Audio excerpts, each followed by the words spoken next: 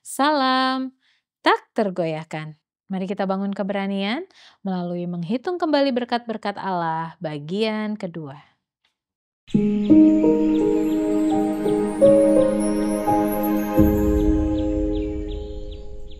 Firman Tuhan memberi semangat dalam Mazmur 95 ayat 2.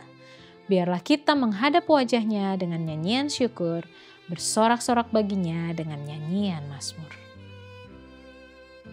Pernahkah Anda bertanya-tanya, bagaimanakah beberapa orang bisa memiliki kekuatan batin yang demikian kuat?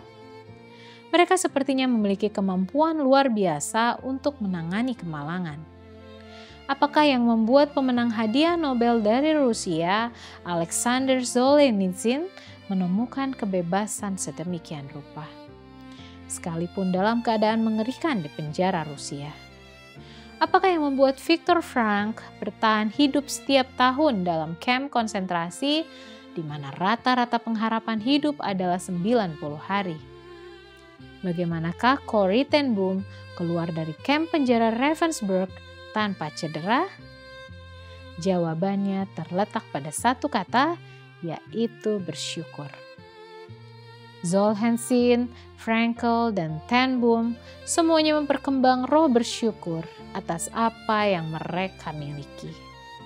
Mereka bersyukur kepada Allah untuk setiap nafas, untuk kehidupan setiap harinya, untuk senyuman seorang teman sepenjara, untuk segelas air minum, untuk setiap potong makanan.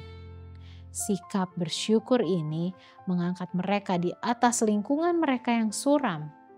Itu membawa mereka kepada tingkatan yang lain. Bagaimanakah kita bisa memperkembang sikap bersyukur ini?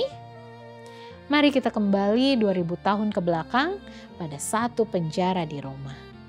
Di sini kita menemukan seorang tahanan bernama Paulus yang tidak hanya bertahan hidup dalam lingkungan yang menyengsarakan, tetapi bertahan hidup dengan baik.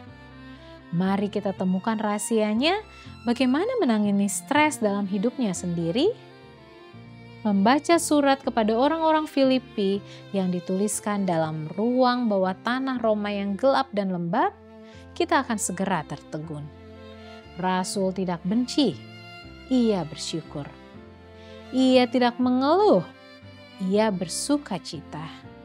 Ia menemukan sukacita di tengah pencobaan hidup. Ia bersyukur di tengah kesengsaraan hidup. Paulus menulis, "Aku bersuka cita dan aku akan tetap bersuka cita. Aku bersuka cita dan aku bersuka cita dengan kamu sekalian." Bersukacitalah senantiasa dalam Tuhan, sekali lagi kukatakan, bersukacitalah. Aku sangat bersukacita di dalam Tuhan. Ini tentu saja tidak terdengar seperti seorang pria yang berada di dalam penjara. Kedengarannya seperti seorang yang sedang menikmati hidup sepenuhnya. Tidak terdengar seperti orang yang mengalami sebuah tragedi terbesar dalam hidup. Terdengar seperti seorang pria yang yakin dengan kemenangan.